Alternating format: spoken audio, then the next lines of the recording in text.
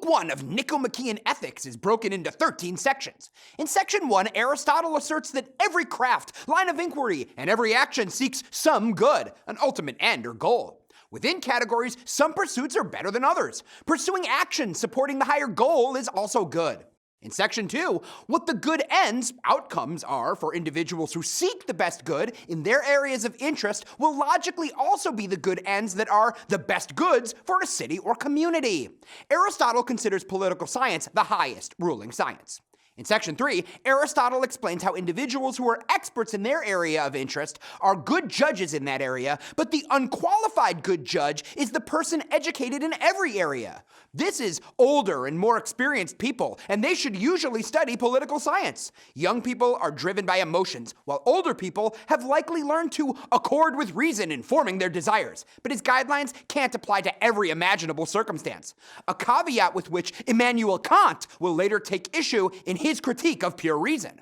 In Section 4, happiness means something different to Aristotle than it might to the modern reader.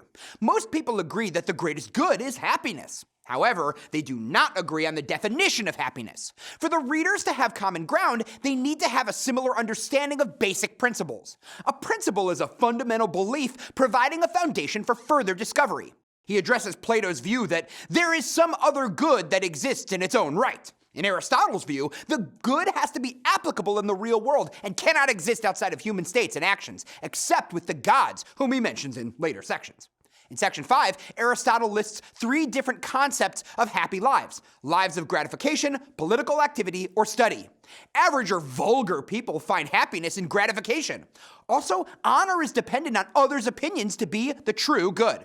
In Section 6, true good, according to Aristotle, needs to apply to real situations in life, to different virtues and in different amounts. The good cannot be some common and single universal, and it does not need to last eternally and has to be achievable by humans, since the idea of good is beyond human reach. Aristotle argues against Plato's idea that goodness is a single property.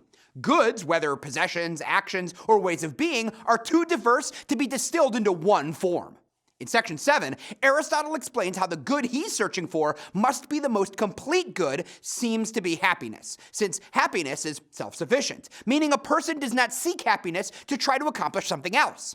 To determine the highest good for a human being, Aristotle says he needs to discuss the human function and concludes that it is the activity of the soul in accord with reason. Someone who performs this function well, or in accord with virtue, has achieved the highest human good. The good is the human telos, the one key to happiness. In Section 8, he divides goods into 3 types: external goods, goods of the soul, and goods of the body. There are some truths that are not disputable, and the ultimate good will be found in actions or activities. Aristotle then examines how thoughtful people define happiness. Happiness requires resources like health, wealth, friends, and family because they help a virtuous person engage in virtuous actions. In Section 9, happiness requires learning and attention. People need both complete virtue and a complete life, because a life that ends miserably will not be happy. In Section 10, can someone achieve happiness during his lifetime since fortunes change? Yes, Aristotle decides, if he maintains a good character and does virtuous actions all his life.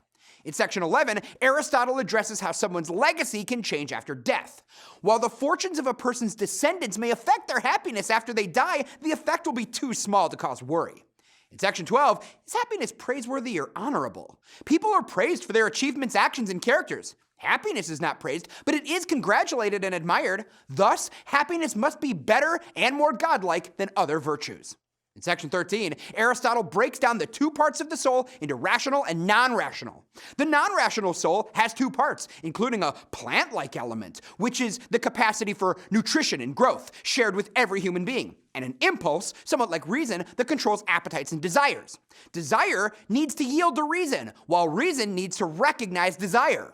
Aristotle considers the whole human being as a thinker with goals and an animal with appetites. The Greek term for the ultimate end or purpose is telos, which someone is designed to do, or the way they are designed to live. Telos is not the same as a goal, although goals can be motivated by it.